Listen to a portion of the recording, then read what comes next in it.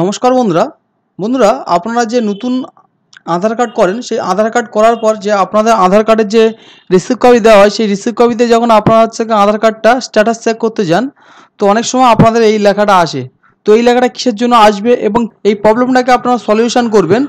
তো বন্ধুরা, আজকের এই ভিডিওর মাধ্যমে স্টেপ বাই স্টেপ আপনাদেরকে বলবো।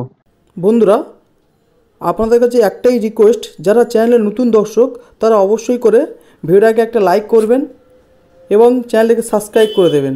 করে দেওয়ার পর দেখুন বন্ধুরা, এখানে এসে আপনারা অল নোটিফিকেশনটাকে অন করে দেবেন, যাতে আমার দেওয়া ভিডিও আপনারা সবার আগে পেতে পারেন। তো দেখুন বন্ধুরা, প্রথমে আপনারা যখন হচ্ছে কি এই লেখাটা আপনারা হচ্ছে যখন আপনার স্ট্যাটাস চেক করেন, তখন আপনার সামনে এই লেখাটা আসে আধার কার্ডে।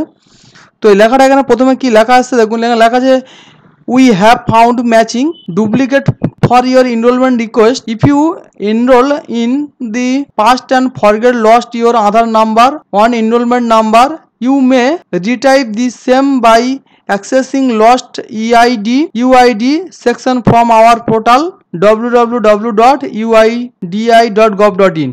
তো এখানে হচ্ছে কি মেন সমস্যাটা কি দেখুন, এখানে একটাই কথা বলা হয়েছে যে আপনি এর আগে হচ্ছে কি আপনার আধার কার্ড করা আছে এবং সেই একই লোক দিয়ে আপনি ফের পুনরায় এখানে আধার কার্ড করছেন, যার কারণে এটা হবে না। কারণ হচ্ছে কি একজনের আধার কার্ডের টিপ এবং হচ্ছে তার আইরিস চোখ সব কিছু স্ক্যান করিয়ে আধার কার্ড করা হয়, সেকেন্ডবারে কিন্তু তার নতুন করে আধার কার্ড করলে হবে না।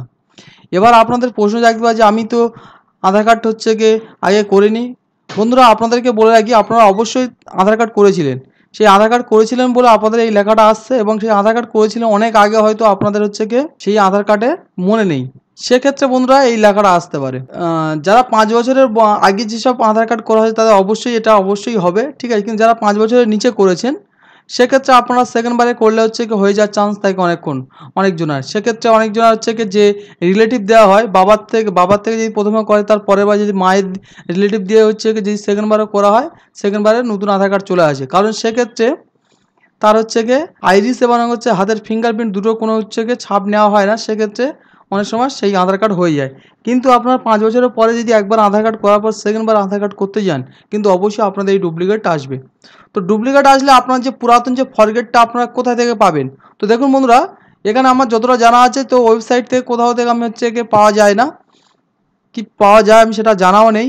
আমি যেভাবে বের করি সেটা আপনাদের কি করতে হবে, আপনার যে পুরাতন যে হচ্ছে গিয়ে পুরাতন যে হচ্ছে আপনার যে ইনরোলমেন্টটা করিয়েছেন, সেই যে ইনরোলমেন্ট রিসিভ কপিটা আপনারা হাতে রাখবেন।